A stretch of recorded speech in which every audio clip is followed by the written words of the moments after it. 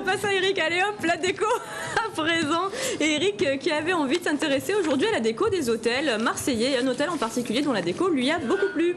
Oui, parce que je me suis dit en fait c'est bien beau de parler de plein de choses qui se font à droite et à gauche, mais on a très peu l'opportunité de rentrer dans les hôtels puisque déjà on y habite, oui. Donc je vois pas trop l'intérêt de louer. On habite dans les hôtels ou on habite à Marseille? On habite à Marseille. D'accord. Exactement. On habite à Marseille, on ne va pas forcément aux hôtels. C'est vrai. Donc voilà, l'idée c'était de vous faire découvrir un hôtel qui est le dernier qui a été inauguré en fait il y a 3 ans, c'est la Villa Massalia. Donc avant de vous décrire un petit peu l'hôtel, on va écouter Jacques Chenet qui est le directeur de l'hôtel qui va vous présenter son établissement. C'est un hôtel qui a été installé ici avec une philosophie un peu particulière parce qu'on a voulu que ça soit une ambiance décontractée, contemporaine et décontractée et qui soit enracinée dans l'histoire de Marseille. Et donc toute la décoration qu'on a réalisée avec l'agence A, Régis Boulard qui est le décorateur, on est parti sur qu'est-ce qu'on pourrait retrouver dans Marseille qui ferait que ce soit un peu différent. Et on a dit Marseille c'est un port, c'est une ville d'accueil. Elle a 2400 ans d'histoire et que qui est arrivé les premiers? Les Grecs. Donc déjà le nom, on est allé le chercher là. Et puis après on a dit c'est un mélange culturel. Marseille c'est le cosmopolite un peu new-yorkais, j'allais dire. Et on a dit voilà, qu'est-ce qui regroupe tout ça?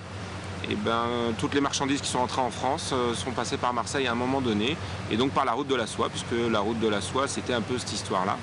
C'est beau. C'est très très joli. J'ai vraiment été charmée. Alors comme le disait en fait le directeur, quand on est à l'extérieur, c'est très austère. On peut dire même c'est pas très beau, c'est très bétonné. Excusez-moi, juste pour resituer, donc c'est vers le golf. C'est dans le 8e, exactement. Voilà. En fait, on a vu sur l'hippodrome. Donc c'est vrai que de l'extérieur, c'est pas très très joli. Enfin, c'est très imposant. Contrairement à d'autres hôtels, c'est vrai que par contre, c'est assez aéré puisque l'environnement en fait n'est pas saturé en termes d'habitation. Mais lorsqu'on pousse en fait la porte, enfin du moins quand on est dans le tourniquet, c'est tout simplement fabuleux. Vous rentrez, c'est un hall qui est très très élégant. Et je vais vous faire visiter en fait. On va le voir en image. Donc je vous invite avec moi à pousser la porte. Voilà. Là nous sommes devant l'hôtel. Donc vous voyez, c'est quand même assez austère de l'extérieur. Et dès que l'on rentre, en fait, on a une déco à la fois raffinée, sobre et élégante. Les personnes qui ont participé en fait à la création de l'hôtel, vous avez Didier Rojon, qui est un architecte qui a fait beaucoup de choses en fait sur la ville. Il a réhabilité différentes bastides. Il a fait du logement social. C'est lui qui a fait aussi la bibliothèque de l'Alcazar. Et aussi d'autres choses. Régis Boulard, par contre, quant à lui, c'est le décorateur intérieur. Donc tout est fait avec élégance et raffinement. Donc les dernières images qu'on a vues, c'est la suite présidentielle qui est tout simplement somptueuse. Vous rentrez là-dedans, vous avez... Des tons assez neutres. Hein. Des tons assez neutres. L'idée, en fait, c'est de rester sur quelque chose d'assez élégant et d'assez sobre. Hein. C'est quand même un hôtel 4 étoiles. Donc il y a véritablement l'envie de pouvoir brasser un maximum de personnes. À retenir, j'ai beaucoup aimé, si vous avez l'espace bar qui est très feutré.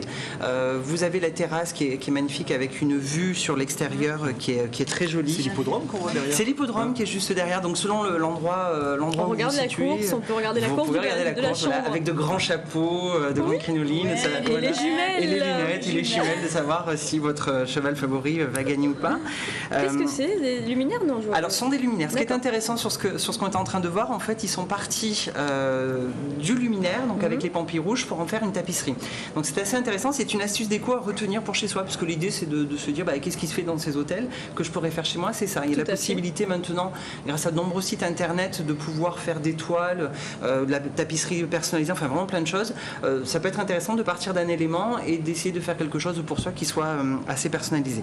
Cet hôtel, de manière générale, essaye véritablement de s'ouvrir sur les Marseillais. Il y a différentes animations qui sont mises à disposition. Des brunchs notamment. Des brunchs, vous avez des soirées. Bon, c'est pas très déco, mais bon, si vous vous intéressez, que vous avez envie de visiter l'hôtel, n'hésitez pas. Et à ce propos, on a 2 places à vous faire, enfin une entrée pour 2 personnes à vous faire gagner dans le spa. Donc, que de l'eau. Alors on va troquer, je fais le baptême, le spa. En fait, non, ce n'est pas pour nous, c'est pour vous. Donc empressez-vous vite de jouer en envoyant un mail à deco@lcm.fr. Vous pourrez gagner donc une entrée pour 2 personnes dans le spa. Et n'hésitez pas malgré tout à rentrer dans les hôtels pour tout simplement les voir, boire un café, prendre un verre et puis rêver sous la Voie lactée. Merci, que c'est joli. C'est joli, hein, merci beaucoup Eric. Allez, tout de suite, la rubrique quartier.